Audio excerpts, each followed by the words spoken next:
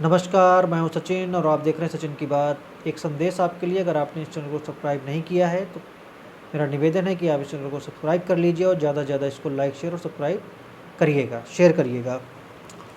आज बात करेंगे 4 जून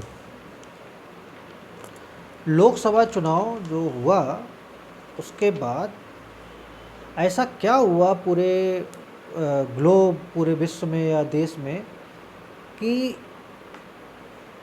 दंगे भड़कने लगे। हवाई जहाज़ में फेक कॉल आने लगी कि भैया उड़ा देंगे। ट्रेनें पलटने लगी, बाकायदा उसके एविडेंस मिलेगी कि उस पर साजिश है वो।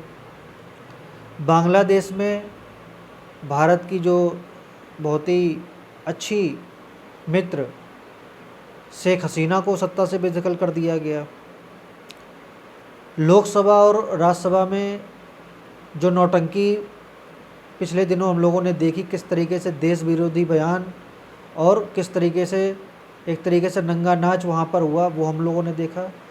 ऐसा क्या हो रहा है कि 4 जून के बाद ये जितने भी एंटी नेशनल एक्टिविटीज़ हैं ये चरम स्तर पर पहुँच रही हैं और फिर वही दौर वापस आ रहा है जो देखने को मिला था 2008, 9, 10, 11, 12, 13 या 14 से पहले।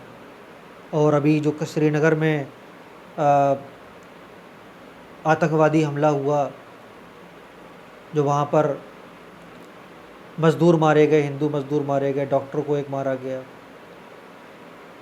सरकार बनने के बाद। और वो इलाका पड़ता है आपका उमर अब्दुल्ला के एरिया का। तो ये क्या हो रहा है, मतलब श्रीनगर में फिर से वो आतंकवादी एक्टिव हो रहे हैं। 4 जून के बाद ट्रेनें पलटाने की एक साजिश हो रही है। मुस्लिम बाहुल क्षेत्रों से जो ट्रेनें निकलती हैं वहाँ पर सिलेंडर मिल रहा है, पेड़ के कटे वहाँ पर लट्ठे मिल रहे हैं, ठीक है। हवाई जहाज़ में फेक कॉलें आ रही हैं कि भैया आप हवाई जहाज़ को उड़ा देंगे, बम रखा हुआ है।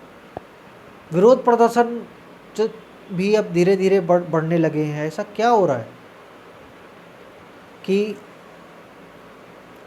ऐसा क्या हो रहा है कि उसके बाद इतनी चीज़ें, मतलब मैं आपको इसके पीछे का एक तथ्य बताना चाहता हूँ कि आप इस चीज़ को समझिए कि मोदी और बीजेपी की जो सरकार है उनको किस तरीके से बाहरी ताकतें, जो पहले बीजेपी के नेता बोलते थे कि बाहरी ताकतों का हाथ है, और ये अब साबित हो रहा है कि किस तरीके से एक पर्टिकुलर कम्युनिटी को टारगेट दिया जा रहा है कि आप ट्रेन पलटाइए, आप फेक कॉल करके बॉम्ब की धमकी दिए, जिससे कि देश की जो इकोनॉमिक संरचना है उसको अस्थिर किया जाए। कौन करना चाहता है ये? पाकिस्तान, चाइना, अमेरिका, पश्चिमी देश, ये सब भारत को जिस तरीके से ये तेज़ी से आगे बढ़ रहा है, डेवलपिंग फेज़ में पहुंच रहा है, डेवलप स्टेट के रूप में पहुंच रहा है, ये नहीं चाहते कि देश के लोग तरक्की करें, देश में विकास हो, देश में आतंकवाद, अस्थिरता, राजनीतिक अस्थिरता बराबर बनी रहे, जिससे कि हम लोग हिंदुस्तान पर अपनी शर्तों को मनवा सकें।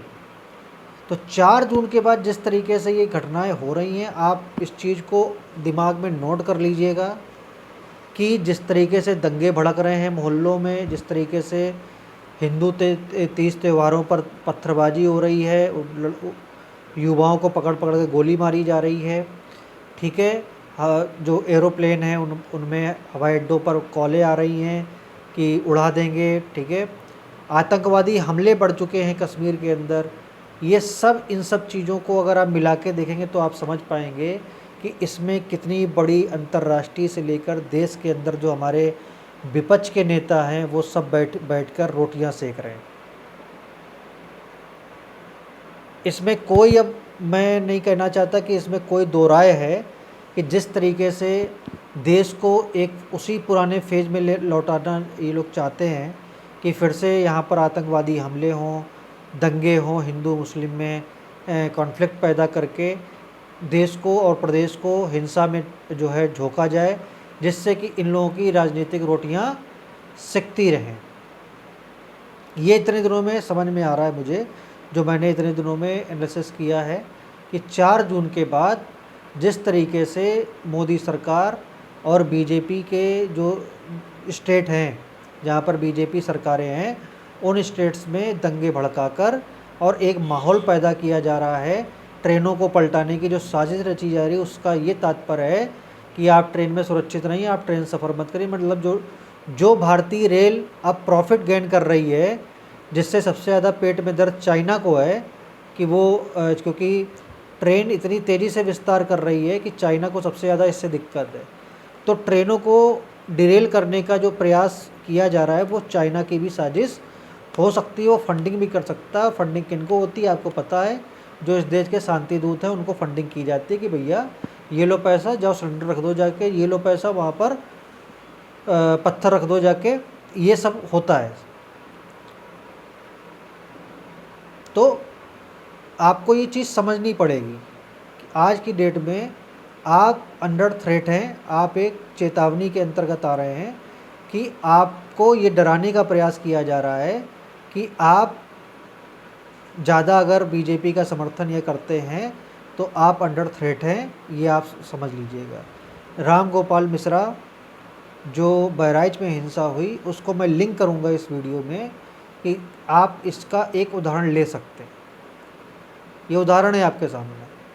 जैसे दिल्ली में दंगा हुआ था, आईबी ऑफिसर शर्मा मारा गया था, नाले उसकी लाश नाले में मिली थी, कितनी बेरहमी से उसको तालिबानी मौत दी गई थी। सेम वैसे ही राम गोपाल मिश्रा को मारा गया है और वैसे ही अब ये होता रहेगा। तो आप इस चीज़ को अगर नहीं समझ पा रहे हैं तो मैं बार बार कहूँगा कि आप सतर्क रहें, सुरक्षित रहें और इस चीज़ को दिमाग में ये बात मान के रखें कि ये अंतर्राष्ट्रीय एक साजिश है जिसमें देश के लोग भी इन्वॉल्व हैं। देश के लोगों का मतलब विपक्ष भी उसमें है, जो हवा दे रहा है, इन लोगों को भड़का रहा है, क्योंकि ये ऐसे लोग हैं जो बहुत जल्दी भड़क जाते हैं, इन्हें अपना आगे पीछे देखना नहीं रहता, तो ये बहुत जल्दी भड़क जाते हैं। और उसी का कारण है कि ये जो आपको इतना सब रायता देखने को मिल रहा है, वो इसी का सबसे बड़ा कारण है कि अंतर्राष्ट्रीय साजिश जो रची गई कि बांग्लादेश में सबसे पहले कट्टरपंथियों को लाइए, शेख हसीना को हटाइए, जिससे कि जो एक बॉर्डर खुला हुआ था भारत और बांग्लादेश का कि आराम से सारी चीज़ें हो रही थी, वहाँ पर अमेरिका ने जो किया और अमेरिका सहित यूरोप के देशों ने जो किया, पाकिस्तान ने मिलके, चाइना ने मिलके जो किया, वो आपके सामने है। सारी चीज़ें अब बेनकाब हो चुकी हैं कि किसने वो कराया था। साथ ही साथ अब यहाँ पर भारत में भी मोदी के साथ यही करने का प्रयास किया जा रहा है। कौन कर रहा है? आप उनके बयान निकाल लीजिए, देख लीजिए कौन क्या बोल रहा है। मैं बोलूँगा तो आपको लगेगा कि ये बीजेपी के समर्थन में बोल रहे हैं। तो सबसे पहले अगर आप देश को ऊपर रखें और ये सब चीज़ों को एनालिसिस करेंगे तो आप जान पाएंगे गलत हो रहा है। मैं जब भी कुछ बीजेपी की सरकार गलत करती है, मैं उस पर अपना एनालिसिस करके आपके सामने राय रखता हूँ। लेकिन अगर आप इस चीज़ को देखें कि 4 जून के बाद ऐसा क्या हो रहा है कि ये सारी चीज़ें इतनी तेज़ी से बढ़ गई हैं, तो ये इसीलिए बढ़ गई हैं कि उन्हें ये कॉन्फिडेंस आ गया है कि हम इनको हटा सकते हैं। और कैसे हटा सकते हैं? इस तरीके से हटा सकते हैं कि पहले जनता के बीच में खौफ पैदा करो, खौफ पैदा होगा तो वो वोट में तब्दील होगा, वोट में तब्दील होगा तो हम सत्ता में आएंगे, सत्ता में आएंगे तो हम अपना जो भी मनमर्जी होगी वो हम करवा सकते हैं। क्योंकि कांग्रेस सरकारें जितनी भी रही हैं वो सब अमेरिका के अमेरिका और ब्रिटेन की कठपुतली थी। मतलब देश आज़ाद होने के बाद भी वो उनके गुलाम रहे। अब वो गुलामी थोड़ी सी कम हो गई है। मैं ये नहीं कहूँगा पूरी तरीके से कम हो गई, लेकिन हाँ थोड़ी सी कम हो गई है। वही अमेरिका और ब्रिटेन और चाइना को पेट में उस पर दर्द हो रहा है। तो आज मैं आपको इसी बारे में बताने का प्रयास किया एनालिसिस के माध्यम से। अगर आपको ये वीडियो पसंद आया हो तो आप इसको लाइक, शेयर, सब्सक्राइब जरूर करिएगा। फिर आपसे अगले वीडियो में मुलाकात होगी। जय हिंद, जय मां भारती।